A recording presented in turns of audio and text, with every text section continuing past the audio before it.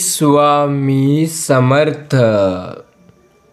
चांगला मनुष्य हाच उत्तम मित्र असतो. असा मित्र लवकर जोडावा, दीर्घकाळ टिकवावा आणि त्याची मैत्री कधीच सोडू नये. स्वामी म्हणतात, आयुष्यात संकटे ही येणारच. संकटांचा सामना करण्याची ताकद आपल्या मनात ठेवा. हा स्वामींचा संदेश तुम्ही शेवटपर्यंत ऐका, भाग्यवंत ठराल. ज्याचे मन समाधानी असते त्याला सर्व प्रकारचे वैभव मिळाल्यासारखेच आहे. आपल्या भरभराटीच्या काळात मित्र आपणाभोवती गोळा होतात, पण विपत्तीच्या काळात मित्रांची परीक्षा होत असते. कोणता मित्र आपली साथ देतो आणि कोणता आपल्याला साथ सोडून पळून जातो. आयुष्यात एक लक्षात ठेवा, देव नेहमी शूरावरच कृपा करतात. तुम्ही आयुष्यात जर ध्येय ठेवाल आणि त्याच्यासाठी आत्मविश्वासाने प्रयत्न कराल तर नक्की देवही तुमची साथ देईल. तुम्ही स्वामींना मानत असाल, तुमचा देव स्वामी समर्थ असतील तर नक्कीच या चॅनलला सबस्क्राईब करा. तुमचा स्वामींवरती पूर्ण विश्वास असेल तरच या चॅनलला सबस्क्राईब करा. फसवणूक करणारा प्रथम स्वतःलाच फसवतो व ही त्याची सर्वात मोठी फसवणूक असते. कोणत्याही माणसाला योग्य ते शिक्षण घेतल्यानंतरच मानव म्हणता येईल. शिक्षणाशिवाय मनुष्य म्हणजे केवळ प्राणी. चेष्टा मस्करी करतानाही आपण मित्राला दुखावतो आणि हे कामा नये, कारण तो मित्रच आपली साथ देणारा असतो. ज्याचे स्वतःवर नियंत्रण नसते तो स्वतंत्र असू शकत नाही. जो व्यक्ती स्वतःवर नियंत्रण ठेवतो, जो व्यक्ती त्याचे निर्णय आणि त्याच्या जबाबदाऱ्या स्वतः स्वावलंबीपणाने पार पाडतो, तोच खरा स्वातंत्र्यवादी व्यक्ती होय. मोडलेली मैत्री जोडता येईल पण ती पक्की राहणार नाही. जो सर्वांशी मैत्री करायला बघतो तो कुणाचाच मित्र नसतो. सुख व शहाणपण यामध्ये एक फरक आहे. जो मनुष्य स्वतःला सर्वात सुखी समजतो तो खरोखरच तसा सुखी असतो, पण जो मनुष्य स्वतःला शहाणपणात अग्रेसर मानतो तो बहुधा सर्वात मूर्ख असतो. स्वामी म्हणतात, देवामुळे नातेवाईक लाभतात पण आपले मित्र आपण निवडू शकतो. मित्र निवडणे आपल्या हातात आहे. मित्र कसे निवडायचे हे देखील आपण आपलेच ठरवू शकतो. पुढे येणारा काळ आजच येऊन ठेपला आहे असे समजून शहाणा मनुष्य सर्व तरतुदी करत आहे. सन्मान आणि नफा हे एकाच पोत्यात सापडत नाहीत. लोभीपणाचे अपत्य आणि उधळपट्टीचा पिता गुजार असतो. बुद्धिमत्ता ही माणसाच्या स्वप्नाधीशी गोष्ट आहे, पण प्रतिभा ही अशी गोष्ट आहे की तिच्या ताब्यात मनुष्य असतो. प्रतिभेचे शोषण उद्यमशीलतेने होते. प्रतिभा किंवा उच्च बुद्धिमत्ता म्हणजे 1% स्तुती होय आणि 99% कष्ट व परिश्रम होय.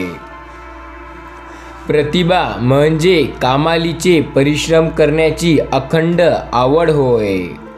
प्रतिभेमुळे प्रचंड कार्य सुरू होतात, पण केवळ श्रमाच्या जोरावर ती पूर्ण केली जातात. जे स्वतःला मदत करतात त्यांनाच परमेश्वर मदत करतो. जो मनुष्य दक्षता बाळगून सर्वत्र लक्ष ठेवतो, कोणताही निर्णय स्वधतेने व प्रामाणिकपणे घेतो, तो नकळतच प्रतिभावंत होतो. विद्या ही सोन्यासारखी आहे, कारण विद्येने प्रतिष्ठाही वाढते आणि लाभही होतो. नुसती चांगली कृती करून उपयोग नसतो, ती योग्य रीतीने करायला हवी. या जगात वाईट गोष्टीमुळे चांगुलपणालाही अनुभव येतो. स्वामी म्हणतात, शहाणा मनुष्य कोणालाही आपल्यावर नियंत्रण ठेवू देत नाही किंवा दुसऱ्यावर ताबा मिळवण्याचा प्रयत्न करीत नाही. कोल्ह्याला जेव्हा द्राक्षपर्यंत पोहोचता येत नाही तेव्हा ती आंबट आहे असे म्हणतो. कोल्ह्याला द्राक्षे आंबट म्हणतात. या संदेशाला शेवटपर्यंत ऐकत राहा. हा संदेश मधातून सोडू नका. हा तुमचा जीवन बदलणारा स्वामी संदेश आहे. याला असं मधामध्ये सोडू नका. जे थोर लोक असतात त्यांनी विनय हाच अहंकार धारण केलेला असतो. तुमच्याजवळ नुसते चांगले गुण असून त्यांचा उपयोग नाही. त्या गुणांचा वापर करता आला पाहिजे. कोणतीही मोठी गोष्ट एकाकी अस्तित्वात येत नाही. साधी द्राक्ष किंवा अंजीर पिकायलाही परिश्रम लागतं. सर्व धीर, थोर, सत्य आधी असतात आणि थोर माणसेही त्याचप्रमाणे साधी असतात. थोर कृत्य हे थोर मनुष्याच करू शकतो. आयुष्यामध्ये कधीच कोणत्या गोष्टीची लाज बाळगू नका. तुम्ही काहीतरी मोठं करायला या जगात आले आहात हे विसरू नका. थोर लोक मोठेच असतात. त्यांच्याबद्दल इतर लोक काय म्हणतात यावर त्यांचा मोठेपणा अवलंबून असतो. चांगल्या चालीरीती अंगी बाळगण्याची वेळ लागतो, परंतु सतत घाई करणे हे चुकीचे आहे. जर आयुष्यात काही करायचे असल्यास तुम्हाला 2 गोष्टी लक्षात ठेवायला हव्या. 1. तुम्ही ते ठरवलेले ध्येय आणि 2. त्या ध्येयासाठी तुम्ही करत असलेली धडपड. लहान दुःखे बोलकी असतात आणि मोठे दुःखी मुखी असतात. आयुष्यामध्ये दुःख हे येणारच, कारण जर आपल्याला दुःख आलं नाही तर सुखाची खरी चव काय आहे हे आपल्याला मुळीच कळणार नाही. सुखाची चव जाणून घ्यायची असेल तर दुःख कळायला हवं. लक्षात ठेवा, दुःख जर नाही आलं तर सुख कधीच कळणार नाही. आज तुम्हाला एक कथा सांगतो. त्या कथेमध्ये स्वामींनी काही असे विचार सांगितलेत, ते तुम्ही नक्कीच ऐकायला पाहिजे. या कथेत तुम्ही पूर्णपणे रमून जाल. फक्त मन शांतपणे या कथेला ऐकण्यात लावा. एक घोडेस्वार रानवाटाने चालत असता त्याला वाटेलगच्या एका जांभळीच्या झाडाखाली एक मनुष्य उताना पडलेला दिसला. त्या सोराच्या घोड्याच्या टप्पाचा आवाज कानी पडताच झाडाखाली उताना पडलेला माणूस जराही हालचाल न करता त्या स्वराला म्हणाला, अहो घोडेवाले, माझ्या पोटावर पडलेले जांभूळ तेवढं उचलून माझ्या तोंडात टाकता का? फार भूक लागली आहे मला. त्याची ती चमत्कारिक विनंती ऐकून तो घोडेस्वार त्याच्या जवळ गेला व त्याने त्याला प्रश्न केला, काय हो, या जांभळीवरचं जांभूळ आयतं तुमच्या पोटावर पडलेलं असता ते स्वतःच्या हाताने उचलून तुम्ही तोंडात सुद्धा टाकू शकत नाही. तो मनुष्य म्हणाला, देवाच्या दयेने आजवरचं परिस्थिती वर्षांची आयुष्यात मी हातपायानं हलवलेलं आहे, खाऊन पिऊन आरामात घालवलेलं आहे. आईवडील असेपर्यंत त्यांनी माझी काळजी घेतली, पण गेल्यावर आठवड्यातच माझे आईवडील होडीत बसून नदीत डुबून गेले. आता मला काळजी घ्यायला कोणीच नाही. आणि कालच सकाळी माझ्या धाकट्या भावाने मला घरातून बाहेर काढून दिलं. रानातील या पिकलेल्या जांभळांनी भरलेल्या झाडाखाली आणून बसवले. तुमचं नाव आणि गाव सांगाल का? असा प्रश्न त्या घोडेस्वाराने विचारला. तो मनुष्य म्हणाला, माझं नाव सदा आरमकर असून आळसपूर हे माझे गाव आहे.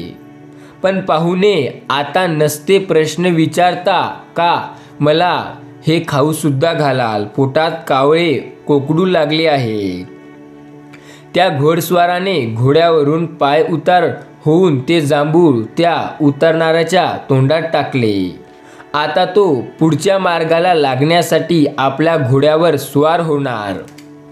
तेवढ्यातच तो माणूस पुन्हा म्हणाला, अहो दयाळराव, जाण्याच्या आधी तुम्ही एवढी घाई का करता?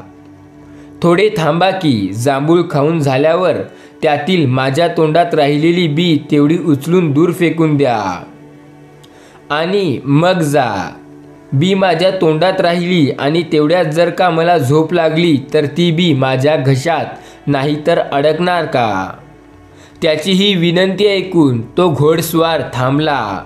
परंतु हा प्रकार त्याने रस्त्याने जाणाऱ्या दुसऱ्या एका इस्मानाने पाहिला व तो त्या घोडस्वाराला म्हणाला, अहो तुम्ही कशाला या आळशावर उपकार करीत बसले?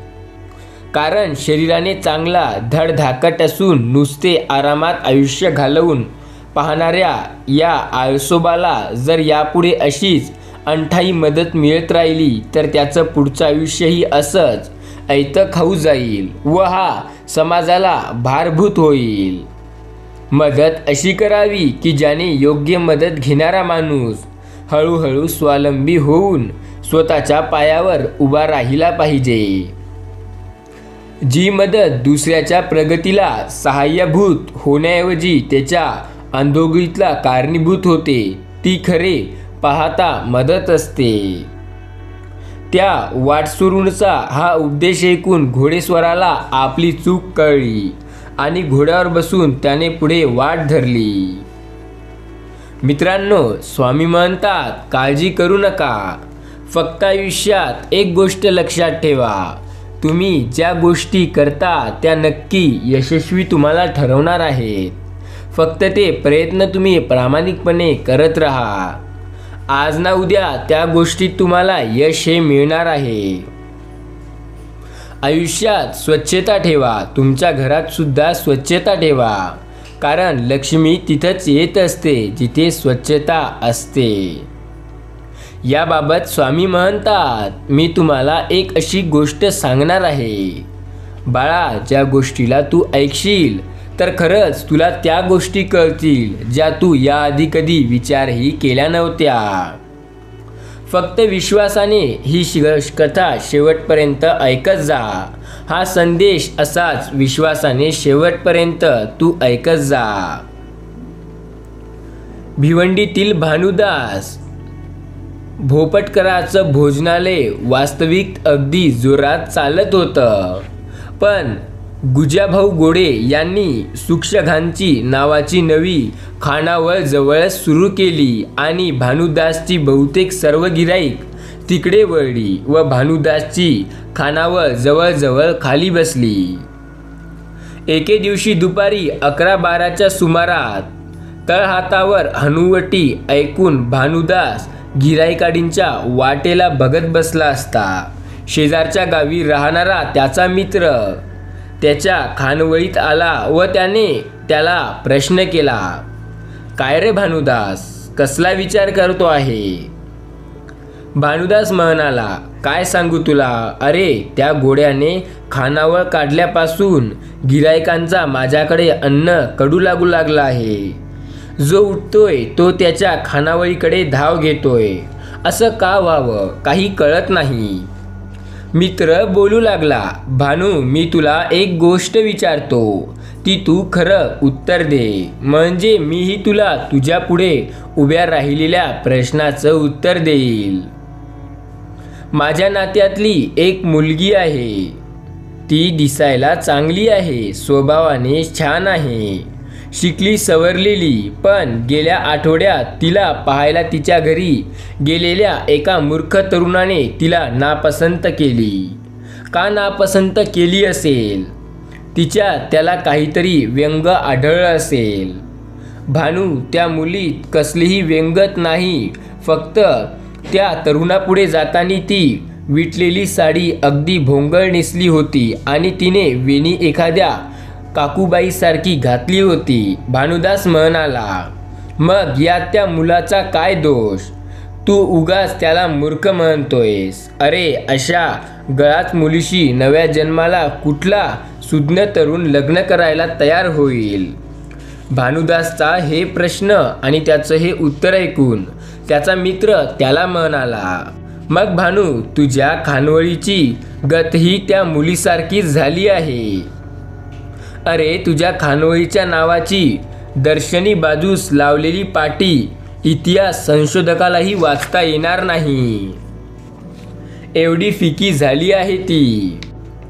गिरायकांच्या पुढल्या मांडली जाणारी पितळ्याचे ताट मोहन, जो दाढेतील उत्खननातून सरळ इकडे आल्यासारखं ओबडधोबड झाली आहे. तुझा पंचा आणि तुझ्या आचार्यांच्या व वाडकऱ्यांचे कपडे एवढे कळकट झाले आहेत की ते धुवून त्याचं पाणी थोडं थोडं जरी प्रत्येक शेतातला खत म्हणून घातलं तरी ते शेत विक्रमी पीक देईल, याची मला बालकच खात्री आहे. आणि तुझ्या या खानवळीच्या आतल्या भिंतींचा रंग शिवरायांच्या राज्याभिषेकाच्या 5-25 वर्षापूर्वीचा दिसत आहे. मग तू सांग की तू या गोडेच्या खानवळ्यातील अन्नापेक्षा तुझ्याकडील जेवण जरी दुप्पट रुचक असेल तरी स्वच्छता व ताटटिपण यामुळे जेवणाऱ्यांचं मन उत्साहित करणारी त्यांची ती खळबळ निघून जाते. अहमदाबादच्या झुलत्या मनोरमापेक्षा डंगडंगवाजा तुझ्या खानवळीतील टेबलवर जेवायला यायला गिराईक काय मूर्ख आहेत का? त्याचा टेबल एवढा साफसुथरा राहतो आणि तुझा एवढा खराब असतो. तू त्याला स्वच्छ करू शकत नाही का? अरे भानू, तुझ्यापाशी पूर्वीची कमाईचा पैसा काही कमी नाही. मग त्याने 1,00,000-2 लाख रुपये खर्च करून स्वच्छता, नेटकेपणा व आकर्षण मांडणी या दृष्टीने या तुझ्या भकास खानवळीलाही तू झकास करू शकतो. माझी खात्री आहे की लगेच तुझ्या गिराईकांत वाढ होईल आणि तू केलेला खर्च 1-1.5 वर्षात भरून निघेल. हे लक्षात ठेव की स्वच्छता असेल तोपर्यंतच लक्ष्मी वास करते. मित्राच्या या उपदेशाचा उपयोग तो परिणाम होऊन भानुदासने त्याच्या खानवळीचा कार्यकल्प केला आणि कार्य आश्चर्य. पाठ फिरवलेल्या लक्ष्मीनींची पावले त्यांच्या खानवळीकडे वळली आणि पुन्हा त्यांचा धंदा तेजीने चालू लागला. आता तो खूप मस्त पैसेसुद्धा कमवू लागला. त्याचमुळे आयुष्यात एक गोष्ट लक्षात ठेवा, कोणताही तुमचा धंदा असो अथवा घर असो, कोणतीही जागा असो, त्यामध्ये स्वच्छता ठेवा, कारण स्वच्छता ठेवणे फार महत्त्वाचे आहे. जर स्वच्छता नसेल तर तुम्हाला मुळीच त्या गोष्टीमध्ये काहीही करता येणार नाही. त्यात लक्ष्मी तर तुमच्या जवळ येणार सुद्धा नाही. एक गोष्ट लक्षात ठेवा, जर तुम्ही विचार करताय की तुम्हाला काहीतरी करायचंय तर ते विचार करू नका, पहिले एक प्रयत्न करा, कारण प्रयत्न केल्याशिवाय समजणार नाही की तुम्हाला करायचंय तरी काय. आयुष्यामध्ये संकट फार येतात, त्या संकटांना सामना करून त्यांच्यावर विजय मिळवणे हेच आपले काम आहे. त्यासाठी तुम्ही तुमचे ध्येय पूर्णपणे जिद्दीने पार करण्याचा विश्वास ठेवा. जो दुसऱ्यांच्या गुणांचा आदर करतो त्यालाच खऱ्या सुखाची गुरुकिल्ली सापडली असे समजावे. द्वेषाला द्वेषाने उत्तर दिल्यास या जगात द्वेषाचा शेवट कधीच होत नाही. द्वेष थांबवायचा असेल तर तो प्रेमाने थांबवता येतो. इतरांना आपले मुख्य सुख वाटणे यातच खरे सुख असते. मूर्ख मनुष्य दूर कोठेतरी सुख शोधतो, शहाणा मनुष्य ते सुख आपल्या पायाजवळ निर्माण करतो. खरे सुख वास्तविक फार स्वस्त असते, पण खोट्या सुखाच्या मागे लागून आपण खूपच खर्च करतो. ज्याने संपत्ती निर्माण केली नाही त्याला त्या संपत्तीचा उपभोग घेण्याचा अधिकार नाही. तसेच ज्याने सुखाची निर्मिती केली नाही त्याला त्या सुखाचा उपयोग घेण्याचा अधिकार नाही. दुसऱ्याला दुःखी करून कोणताही मनुष्य सुखी होऊ शकत नाही. सुखी जीवन हे नेहमी शांतपणे घालवलेले असते. मनुष्याची जितकी कल्पना असते तितका तो सुखीही नसतो आणि दुःखीही नसतो. केवळ सुखाप्रतीसाठी सुखाचा ध्यास घेतला तर तुम्हाला मिळणार नाही. तुम्ही कर्तव्य पालन करून त्यातून सुख मिळवण्याचा प्रयत्न केल्यास सावलीप्रमाणे ते सुख तुमच्या मागोमागे येईल. द्वेष हा अग्नीसारखा असतो. ज्याप्रमाणे अग्नीमुळे साधा कचराही घातक ठरतो त्याचप्रमाणे द्वेषाने नुकसान होऊ शकते.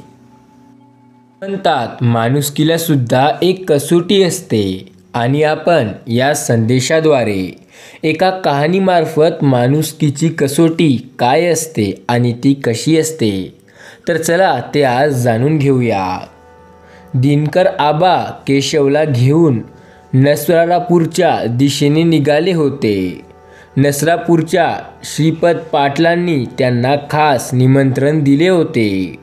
त्यांची थोरली लोक लग्नाला आली होती आणि श्रीपत पाटलाला केशव जावई म्हणून एकदम पसंत होता. तशी दिनकर आबांची परिस्थिती फारच चांगली होती, अशातला भाग नव्हता. पण देवमाणूस म्हणून ते अख्ख्या पंचक्रोशातील ओळखले जात होते. केशव त्यांचाच मुलगा होता. एक प्रगतशील शेतकरी म्हणून त्याने लौकिक मिळवला होता. गेल्या निवडणुकीत सरपंच म्हणून तो बिनघोर विरोधात उभा होता. आता असा मुलगा हातच सोडायचा मूर्खपणा कोण करेल? केशवच्या लग्नाचा विचार चालू आहे. ही कुणकुण कानावर पडतात श्रीपाद पाटलांनी दिनकर आबांकडे शब्द टाकला होता. श्रीपाद पाटील म्हणजे नसरापूरमधील बडी आसामी होते. 50 एकर बागायती आणि 50 एकर जिराईत एवढी जमीन त्यांच्या मालकीची होती. शिवाय ते साखर कारखान्याचे चेअरमॅन होते. त्यांच्या मागील नकार देणे आबांना शक्यच नव्हते. तो स्वतः स्वाभिमानाचाच नव्हता. सवड काढून आम्ही येतो एवढंच ते म्हणाले होते. केशवनेही आपल्या वडिलांच्या शब्दांचा मान ठेवला. केशव मोटारसायकल चालवत होता तर आबा त्याच्या मागे बसले होते. तास दीड तासात अवघा प्रवास झाला होता. 4 पर्यंत आपण सहज पोहोचू आणि दिवेलागेनीला घरी परतू असा विचार केशव करत होता. पण कसचे काय एकदम आकाशात भरून आले. ढग गडगडू लागले. अवकाळी येणारा पावसाचा वादळ होता. आबा आपण कुठंतरी थांबूया, केशव परिस्थितीचा अंदाज घेता म्हणाला. आजूबाजूला एखादे मोठे झाड अथवा आडोसा दिसत नव्हता. नाही म्हणायला दूरवर शेतात बांधलेले एक घर होते. केशवला स्वतःची फिकीर नव्हती. पावसाने आपण भिजलो म्हणून आपल्याला काही होणार नाही हे त्याला माहिती होतं. पण ती परिस्थिती आबाची नव्हती. त्यांना आधीच दम्याचा त्रास होता. त्यातही पावसाची लक्षणे म्हणजे याचा त्रास आमंत्रण दिल्यासारखेच होय. होय रे केशव, आबा म्हणाले. तेवढ्यात विजेच्या कडकडासह मुसळधार पावसाला सुरुवात झाली. बघता बघता दोघेही भिजून ओलेचिंब झाले. मग मात्र केशवने फार विचार केला नाही. शेतात दिसणाऱ्या घराच्या दिशेने मोटारसायकल वळवली. घराजवळ येताच त्यांनी मोटारसायकल थांबवली. आबांना घेऊन तो घराच्या ओसरीच्या पायऱ्या चढून वर आला. दोघेही पावसाने निघाले होते. त्या दिनकर आबांची स्थिती फारच भयंकर झाली होती. त्यात दम्यांचा अटॅक आला होता. लोहाराच्या भात्यासारखी त्यांची छाती वर खाली होऊ लागली. केशवला क्षणभर काय करावे ते सुचलेना.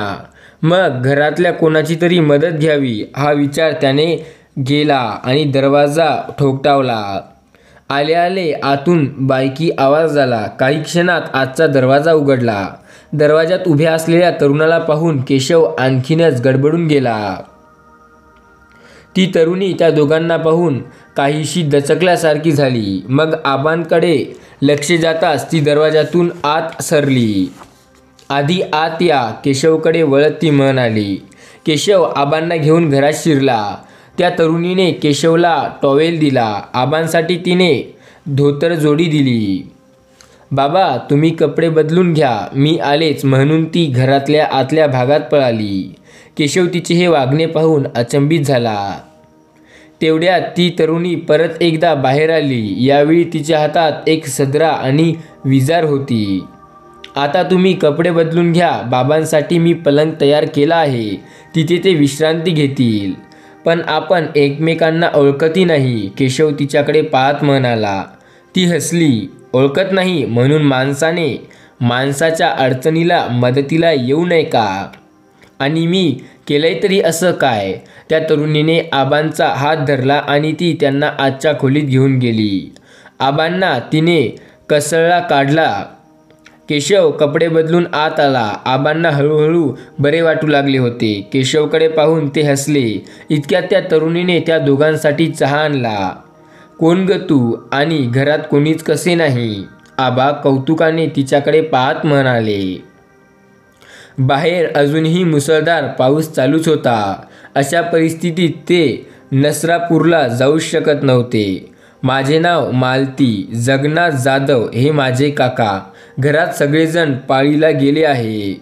एव्हाना यायला हवे होते, पण आपल्यासारखेच ते पावसात कुठेतरी अडकलेले असावे. तिच्या आवाजात गोडवा होता, तसेच तिचे बोलणे विनयशील होते. म्हणजे तू शंकराची तर लेक नव्हेस ना? आबा विचार करीत म्हणाले. जगन्नाथ आणि शंकर भाऊभाऊ होते. शंकर थोडासा भडक माध्यमाचा होता. घर सोडून तो सैन्यात भरती झाला होता. बांगला युद्धात तो शहीद झाला होता. होय, वडिलांच्या आठवणीने ती व्याकुळ झाली. तिला उतरलेला चेहरा पाहून आबांनी कसेचे वाटले. पावसाचा जोर आता उतरला होता, पण अजूनही 10-15 मिनिटे पाऊस पूर्णपणे थांबायला लागणार होती. इथून पुढे नरसापूरला जाण्यात काहीच अर्थ नव्हता. आम्ही बसलो. तुझी कामे असतील तर ती तू उरकून घे, आबा मालतीला उडून म्हणाले. मालती निघून गेली. थोड्याच वेळात पाऊस पूर्णपणे थांबला. आणखीन काही वेळ जाताच एक क्षण बैलगाडी घरासमोर येऊन थांबली. जगन्नाथ जाधव आपल्या बायका मुलासह घरात शिरले. दिनकर आबांना घरात पाहून त्यांना आश्चर्याचा धक्का बसला. आबा, तुम्ही आम्हाला गरीबा घरी? जगन्नाथ आबांना नमस्कार केला. जर काम होतं का म्हणून नरसापूरला चाललो होतो, तर वाटेत पावसाने गाठले. थांबायला कुठे जायला नव्हतं म्हणून इथे आलो. बाकी मालतीने आमची चांगली खातिरदारी केली. मोठी गुणाची आहे, भाग्यवान पोर आहे. गुणी तर आहेच, पण जगन्नाथ खोल पुस्कार टाकला. भाग्यवान आहे असं म्हणता येणार नाही. असं का म्हणतोय जगन्नाथ? आबा चक्रावरले. चुलीजवळ स्वयंपाक करणाऱ्या मालतीकडे त्यांनी पाहिलं. तुम्हाला सांगायचं काही हरकत नाही आबा, एवढ्या गुणाची आहे आमची मालती की ज्या घरात जाईल तिथे सुख आणि आनंदाचा वर्षाव करेल.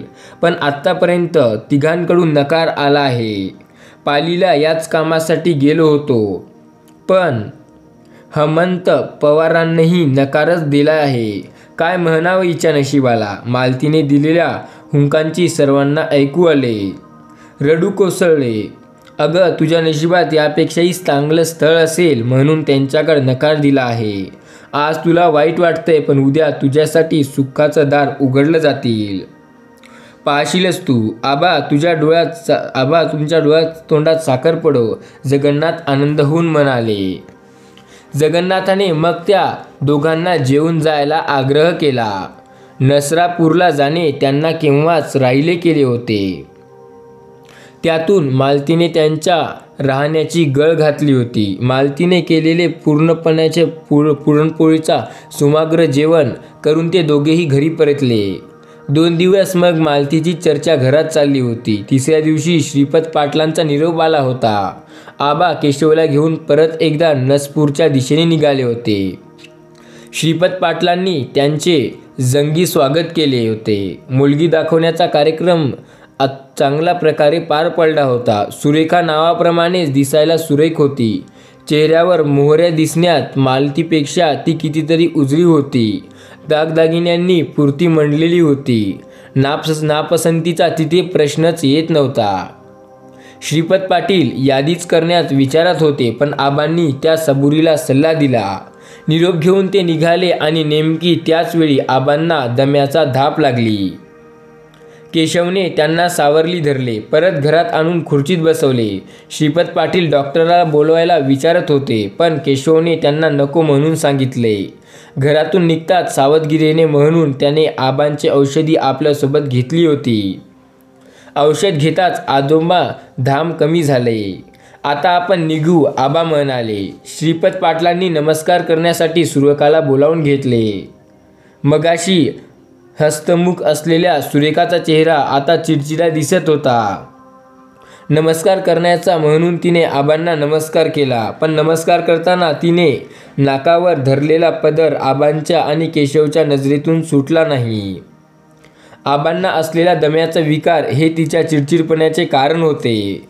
आबांना एकदम मालतीची आठवण झाली. ती त्यावेळी आबांची अस्वस्थ पाहून मालती हेलावून गेली होती. मोठ्या आस्थेने आणि प्रेमाने तिने त्यांची सेवा केली होती. कसल्याचा वनौषधीचा काढा करून तिने त्यांना लागेल ती द्यावे लागले होते. आबांना तिचा कसलाही नातेसंबंध नव्हता. ती त्यांना ओळखतसुद्धा नव्हती. पण एका रुपयाआधी तिनं मला न काही म्हणता ते दिले असं आबांना वाटत होते. थोड्याच वेळात त्यांच्या गप्पाशप्पा सुरू झाल्या.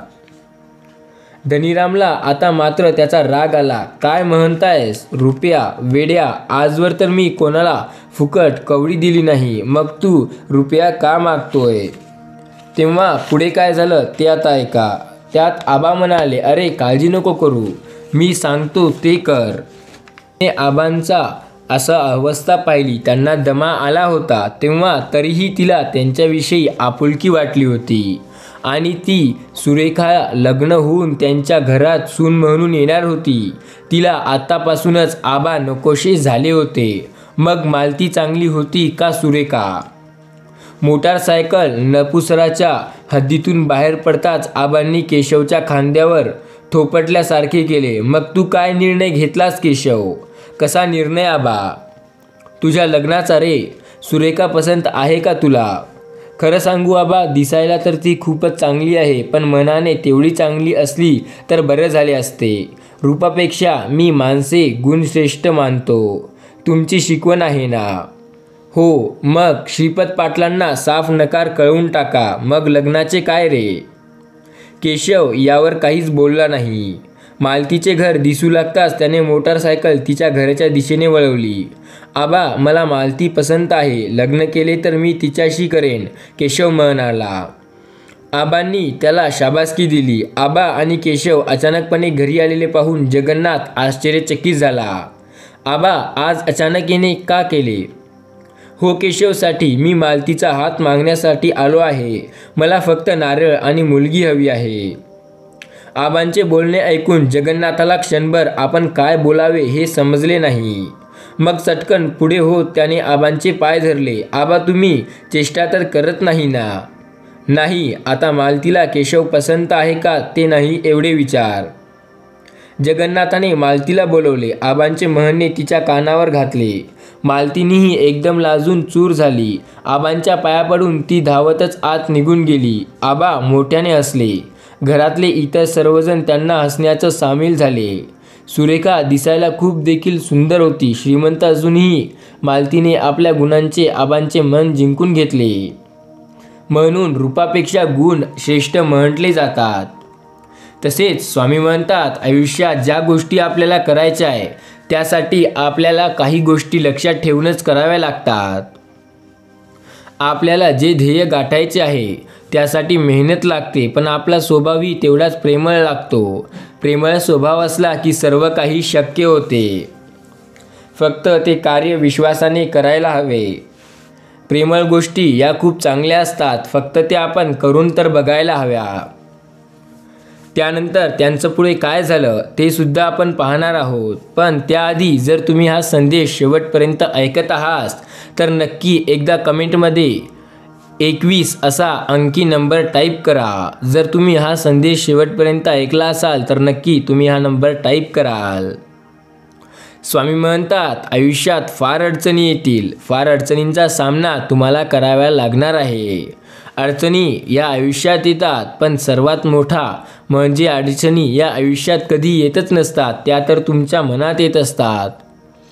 आणि ज्या दिवशी तुम्ही अडचणींवर विजय मिळवाल त्या दिवशी सर्व काही शक्य होईल. विश्वास ठेवा, आजच्या या जगात ज्या गोष्टी अशक्य वाटतात त्याही शक्य करता येतात. फक्त प्रयत्न प्रामाणिकपणे करावे लागतात. स्वामी म्हणतात, आयुष्यात दुसरं काही नको. जर तुम्ही प्रयत्न चांगले कराल तर यश तुम्हाला नक्की मिळेल. आयुष्यामध्ये जर तुमचे प्रयत्न तसे असतात तरच तुम्ही चांगले काही करू शकता. प्रयत्न तुमचे तेवढे चांगले ठेवा, तुम्हाला सर्व काही शक्य होईल. विश्वास ठेवा, तुम्हाला जे पाहिजे ते सुद्धा मिळेल. फक्त प्रयत्न तसे करा, तुम्हाला प्रयत्नांनी यश मिळेल.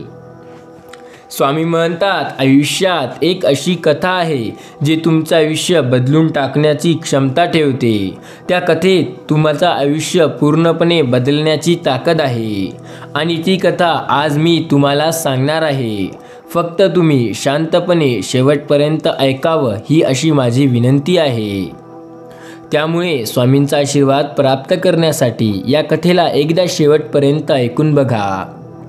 एका गावात 2 मित्र राहत होते. त्यातला जीवन हा स्वभावाने प्रेमळ होता, अन धर्मवीर होता तो लबाड आणि कंजूस. जीवनला मूळबाळ नव्हतं, त्यामुळे तीर्थयात्रा करून पुण्यसंचय करायचे त्याने ठरवले. त्याच्याजवळ 200 मोहरे होत्या. त्यातल्या 100 आपल्याबरोबर वाट खर्चासाठी न्यायला ठरवून उरलेल्या 100 तीर्थयात्रेला निघण्यापूर्वी कुठेतरी सुरक्षित ठेवाव्यात असा त्याने विचार केला. पण ही रक्कम कोठे ठेवावी हे त्याला कळेना. त्याने आपला मित्र धर्मवीर याच्याला सल्ला विचारला. धर्मवीर त्याला म्हणाला, तुझी रक्कम आमच्याजवळ ठेवली तर माझ्या हातातून ती एखाद्या वेळी खर्च होईल अशी भीती मला वाटते. तेव्हा गावाबाहेरच एक मोठं वडाचं झाड आहे, त्याखाली तू या मोहरांना पुरून ठेवण्यास बरे आहे. कुणाला कळणार नाही. तू परत आलास की काढून घे मग.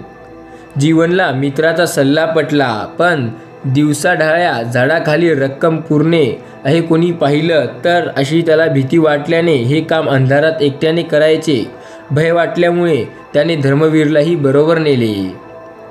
त्याच्या समक्ष जीवनने जमीन खोदून त्या 100 मोहरा ठेवून खड्डा बुजला. दुसऱ्या दिवशी आपल्या बायकोसह तो तीर्थयात्रेला निघून गेला. आपला नवरा त्या रात्री बराच उशिरा घरी आलेला पाहून धर्मवीरच्या बायकोने त्याला कारण विचारले. जीवनने वडाखाली मोहरे पुरून ठेवल्याची बातमी तिला सांगितली. त्याचबरोबर त्याच्या बायकोची बुद्धी फिरली. तिने ती रक्कम काढून आणण्याबद्दल नवऱ्याजवळ हट्ट धरला.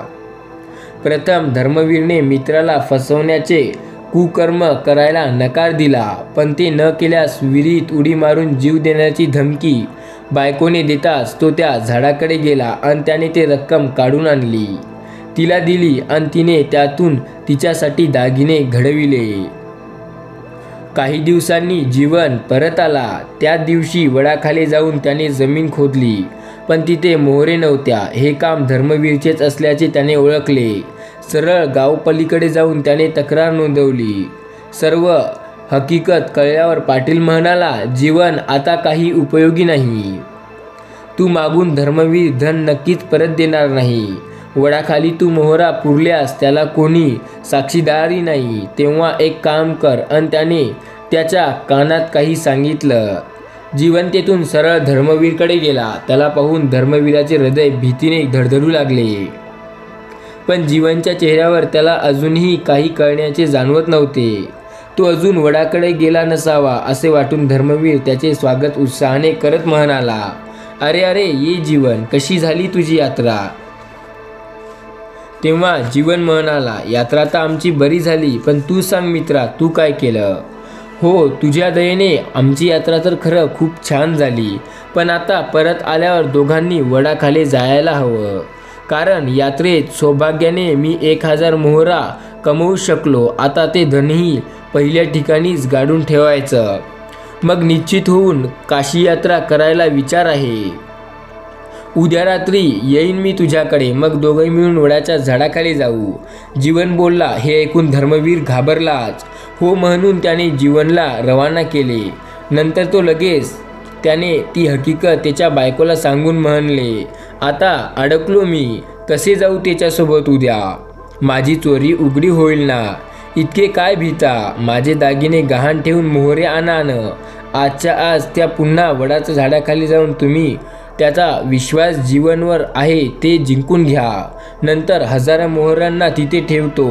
त्या रात्रीला गेल्यावर तुम्ही ते घेऊन या. आपल्याला आणखीन फायदा होईल ना? धर्मवीरची बायको बोलली.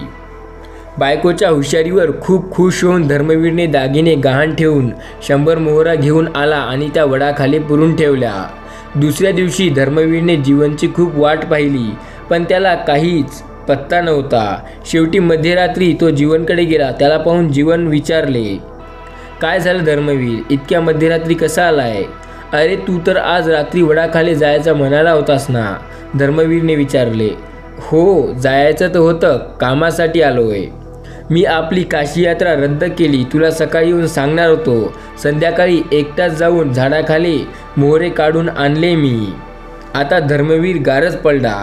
घरी येऊन दुःखाने त्याने सर्व काही आपल्या बायकोला सांगितले. ती रडू लागली. ती म्हणाली, इतकं फसवलं त्यानं, आता गहाण टाकलेलं दागिनं आणायचं तरी कसं? धर्मवीर लढू लागला, पण करणार काय? चोरी करायला गेले अन विचारवंत डंक मारला. सांगणं कोणाला? ओठ शिवून बसण्याची वेळ आली होती. आयुष्यात अशा खूप वेळा येतात ज्यामध्ये तुमच्यासोबत सुद्धा असं होतं, पण ते तेव्हाच होतं जेव्हा तुम्ही चुकीचे कर्म कराल. म्हणजे जर अशा चोरी किंवा लोकाला फसवण्याचे काम तुम्ही कराल तर नक्की यामध्ये तुमचा तोटा पुढे चालून होईल. पहिल्यांदा तर तुम्हाला मजा वाटेल, पण नंतर देव त्याचा हिशोब बराबर घेईल. देवावर विश्वास ठेवा. देव कसाही हिशोब घेतो. हा देव कधीही कोणाला फसवू देत नाही. ज्याने फसवले आहे तो त्याच्यावर बराबर नजर ठेवतो आणि एक ना एक दिवस आयुष्यात त्याचीही अशी फजिती करतो की त्याला ते बोलताही येत नाही आणि सांगताही येत नाही. अशा गोष्टी होतात ज्या आपल्याला लपवता येणार नाहीत आणि सांगता येणार नाही. अशा गोष्टी तेव्हाच होतात जेव्हा चुकीचे काम करू. त्यामुळे आयुष्यात नेहमी चांगले सत्कर्म करा. चुकीच्या मार्गाला जाऊ नका. चुकीचे कामं करू नका. करायचे ते आपले चांगले आहे. चांगले कर्म करा. चांगल्या कर्मानेच आपण यशस्वी होतो. यशस्वी झाल्यानेच आपल्याला आयुष्यात काहीतरी करण्याचं नवीन दृष्टिकोन मिळतो. आयुष्यात फार गोष्टी होतात ज्या मनाविरुद्ध होतात, पण त्याला आपण घाबरायचं नसतं. आयुष्यातील प्रत्येक गोष्टीचा सामना करायचा असता. यालाच तर जीवन म्हणतात. आणि यामध्ये आपण जर सामना करू तरच आपण काहीतरी पुढे जाऊन करू शकतो. आयुष्यात फार अडचणी येतील, पण त्यांचा सामना करा. खूप लोकांना स्वप्न पडत असतील आणि कदाचित तुम्हाला देखील रोजच स्वप्न पडत असतील, पण स्वप्नांचा अर्थ काय? तर चला आज तेही जाणून घेऊया. चमेली मोठी गर्विष्ठ होती. आपली सासू मंगला हिला तर कष्टापदासारखी माने. तिला जे काही थोडंफार खायला दे तेही तिला आपण मोठे उपकार करतोय असं वाटे. मोठे पुण्यकारणे केल्यासारखे वाटे. सासूने कोणतेही काम केले तरी ते चमेलीला खोटच काढी. सासू देवळातून परत आली की चमेली तिला विचारी, काय सुनबाई, मरून जावी तिला समशान नव्हे का? असा नवस बोलून आला आहात की नाही? सुनेला घाबरून बिचारी मंगला कुठेही बाहेर जायचं सोडून दिली. नुसतीच बाहेरच्या कट्ट्यावर जाऊन बसली. ती चमेली म्हणे, हां, येणारी जाणारी माणसं मोजत बसले आहात काय? पोटभर खायचं अन बसायचं रिकामपेट.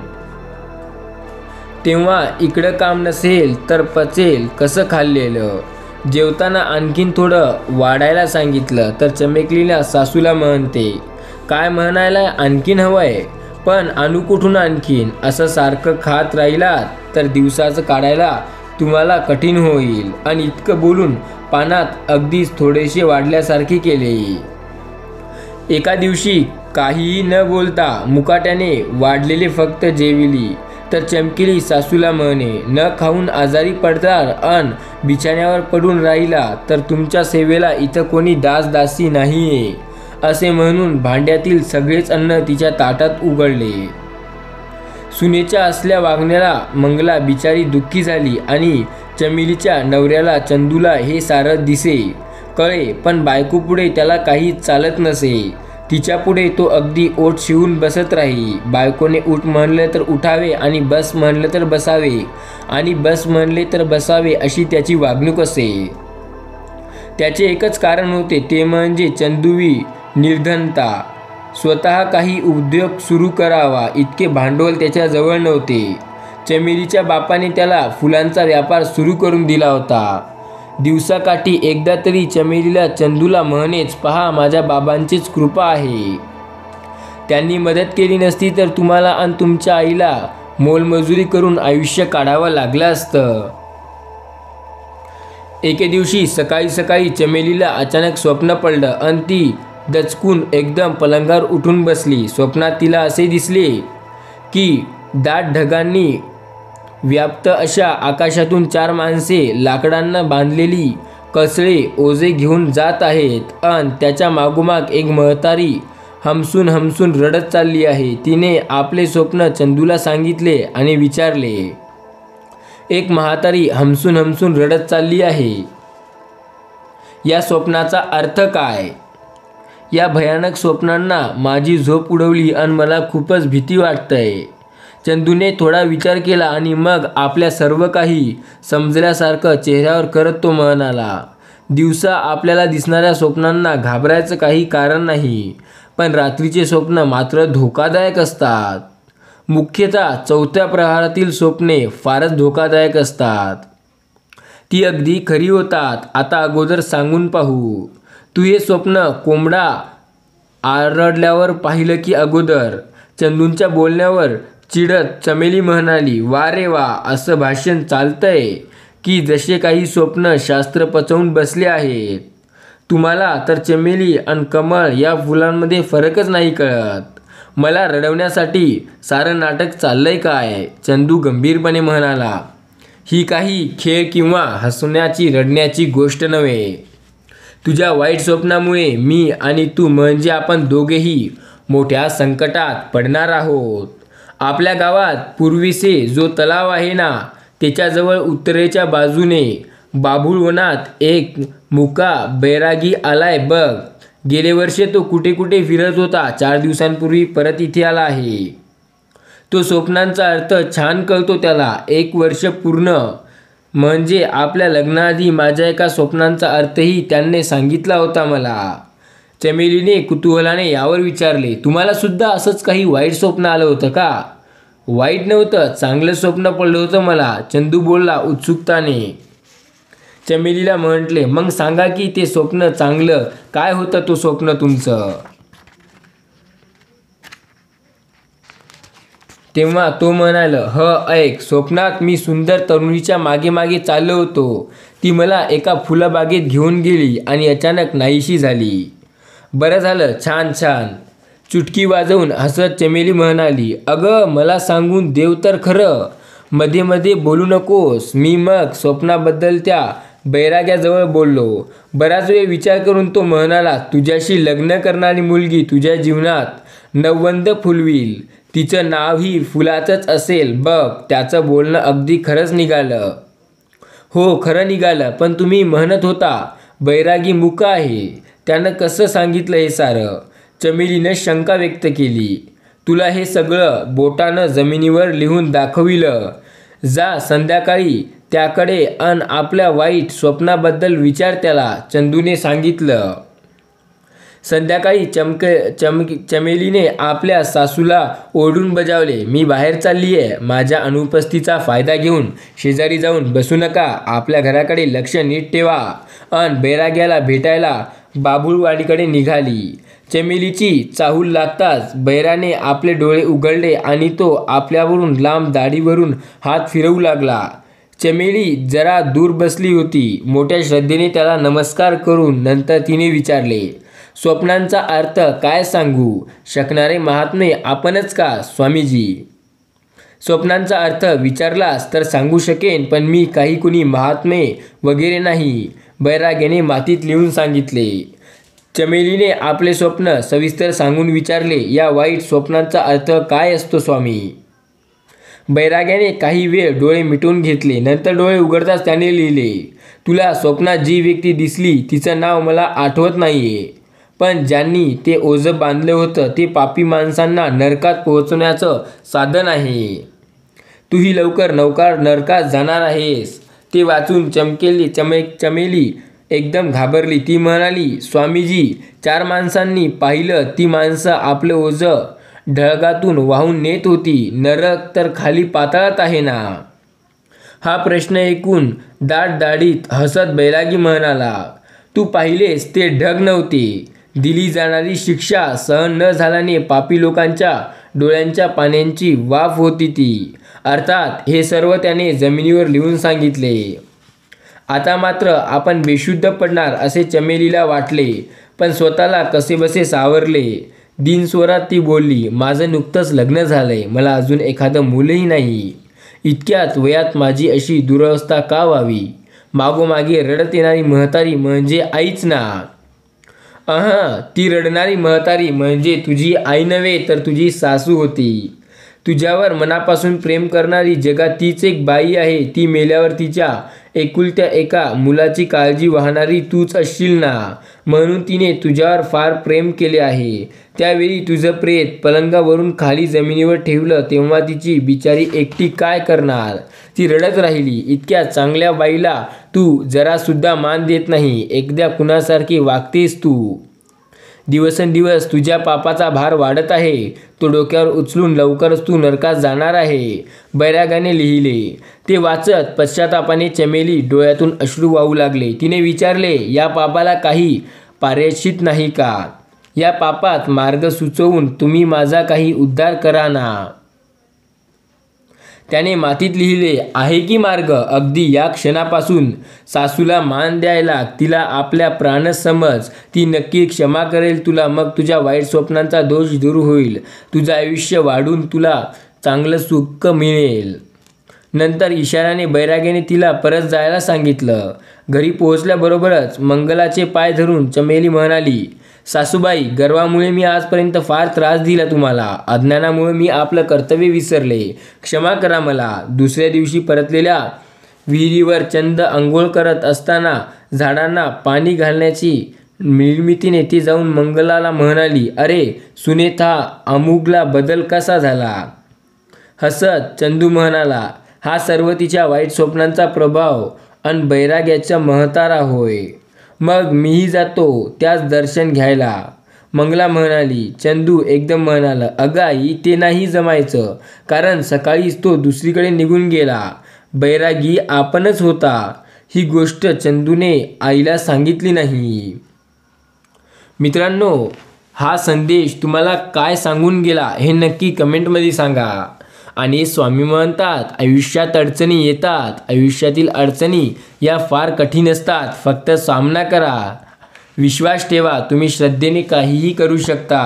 या गोष्टीवर जर तुमचा विश्वास असेल तर तुमच्यासाठी अशक्य अशी गोष्ट दुसरी कोणतीही नाही. तुम्ही प्रत्येक गोष्ट शक्य करू शकता. फक्त विश्वास ठेवा. जर तुम्ही विश्वास ठेवाल तर तुमच्यासाठी प्रत्येक गोष्ट शक्य होते. विश्वासावर सर्व काही असते. स्वामी म्हणतात, एक गोष्ट लक्षात ठेवा. कडकडीत उन्हाळ्याचे दिवस होते. शिवरपूर गावात एक लाकडी घरात आग लागली होती. आजूबाजूचे लोक आग विझवण्यासाठी मिळेल तेथून पाणी आणत होते. काही जण आणलेले पाणी घरावर मारत होते. सगळीकडे एक हाहाकार उडाला होता. पण सदाशिव मात्र आरामात एका झाडाखाली बसून गाणे गुणगुणीत होता. याच वेळी त्याच्या शेजारच्या गावातल्याच माणसाचं निधन झालं होतं. घरात लागलेली आग आणि ती विझवण्यासाठी लोकांनी चालवलेली धडपड पाहून तो तिथेच थक्क बसला. सदाशिवकडे लक्ष जाता त्याला काहीसे आश्चर्य वाटले. सदाशिवकडे जातो तो त्याला विचारतो आणि म्हणतो, काय माणूस आहेस तू? हे सारं लोक शेजार धर्म पाळण्यात जीवनात रान करत आहेत आणि तू मात्र आरामात झाडाखाली बसून आहेस, त्याची मजा पाहतोय. छे छे, तसं काही नाही, मी तर त्यांना शेजारी आहे. आज माझ्या घराला लागलेली आग जे विझवीत आहे त्यांच्याजवळ केक मेला काहीही नाही. ते म्हणतो, पण त्यातील एकाने मला मदत केली नाही, पण मी अजूनही त्याला काहीही मदत करणार नाही. म्हणजे काय? तुझ्या घराला लागलेली आग सर्वजण विझवत आहेत, हे तुला करत आहेत मदत की नाही? मुळीच नाही. उलट या आगीने आपले घर जळू नये म्हणून ते स्वतःला मदत करीत आहेत. सदाशिव शांतपणे उतरला. त्याचे हे अजब शास्त्र पाहून तो माणूस अवाक झाला व निमटून निघून गेला. आयुष्यात अडचणी फार येतात, आयुष्यात संकटे फार येतात, आयुष्यात खूप साऱ्या गोष्टी होतात मनाविरुद्ध.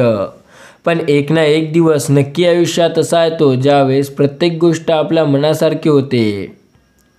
तो दिवस कधी काळी लवकर येतो तर कधी वेळी खूप उशिरा येतो. फक्त तुम्ही विश्वास ठेवा, कारण ते तुमच्या आयुष्यात लवकर येईल.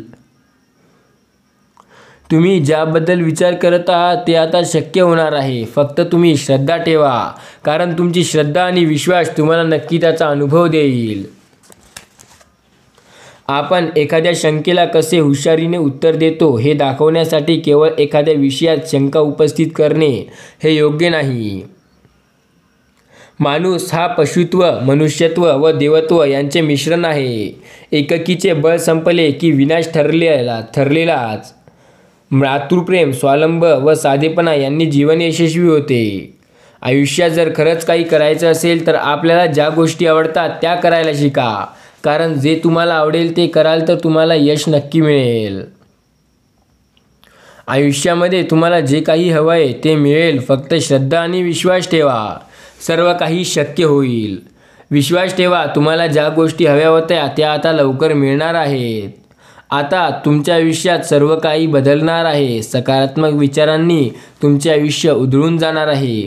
तुमच्या आयुष्यात खूप काही नवनवीन गोष्टी येणार आहे. तुम्हाला खूप काही शिकायला मिळणार आहे. स्वामी म्हणतात, हे आयुष्य आहे, याच्यात अडचणी येणार, याच्यात अडचणी जाणार. फक्त तुम्ही विश्वास ठेवा, मजेत जगायला शिका आयुष्य, कारण आयुष्य हे खूप छोटे आहे. आजचे आयुष्य उद्या नाही. त्यामुळे जे जगताय ते भरभरून आणि मनाच्या सुखाने जगा. आयुष्य आज आहे तर उद्या ते पूर्णपणे संपून जाईल. तुम्हाला कळणारही नाही की आयुष्य संपून निघून सुद्धा जाईल. त्यामुळे आयुष्यात आत्ताचीच वेळ आहे. आयुष्य आत्ता चांगले जगा, आयुष्याला चांगल्या प्रमाणे जगा. हे आयुष्य पुन्हा नाही मिळणार. त्यामुळे आत्ताच्या आयुष्याला मनसोक्त जगून घ्या.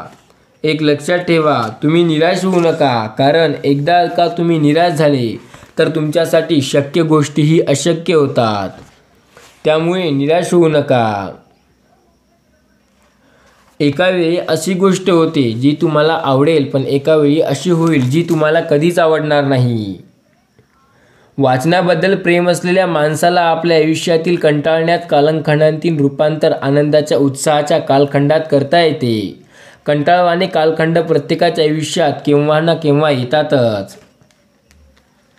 विश्वास ठेवा, जो मनुष्य विनाकारण घाई न करतो, सातत्यानं आणि चिकाटीनं कार्यक्रमात करेल, त्याला कोणताही रस्ता लांब नाही. असे वाटणार नाही की जो आपण करतोय ते चुकीचं आहे. देव हे समुद्राप्रमाणे खोल व विस्तरणीय आहे, पण आपल्या कर्तबगिरीची भांडीच लहान असतात. जे लोक विचार करतात त्यांना हे जग सुखमय असते. जे केवळ भावनेच्या आहारी जातात त्यांना हे दुःखमय असते. आयुष्यात सुखी आणि दुःखी राहणं आपल्या हातात आहे. ते कसे जगायचे आणि काय करायचे ते आपण आपले ठरवायचे. भयाच्या सावटीखाली जगण्यासारखा दुसरा श्राप नाही. जीवनात वृक्षाला लागलेली 2 गोड फळे म्हणजे संजीवांनी संगत व प्रिय भाषण. देहाच्या नंददीपाला अखंडप्रमाणे जाळणे हेच जीवन होय. सत्यामुळे असत्य, प्रेमामुळे राग व आत्मविश्वासामुळे जळून नाहीसे होते. हा अविनाशी नियम सर्वांना लागू आहे. मनाला झालेल्या वेदना अत्यंत वेदना देणाऱ्या असतात. या जखमांना सहानुभूतीशिवाय औषध नाही. 2 अपूर्ण माणसांना एकमेकांना पूर्ण करण्याची विलक्षण तळमळता आहे, तिचेच तीव्र होय. विजयाची नव्हे तर कसोटीची वेळच माणसाला महान बनवित असते. लोखंडाचं पातं न वापरल्याने तसंच पडू दिल्याने गंजतं, त्याला वापरत राहिलं तर ते उपयोगी येत राहतं. हाच बुद्धीलाही लागू होतं. बुद्धीला वापरा, नाही तर तेही गंजून जाईल. स्वतःवरून दुसऱ्याचे मूल्यमापन करू नये. श्री स्वामी समर्थ.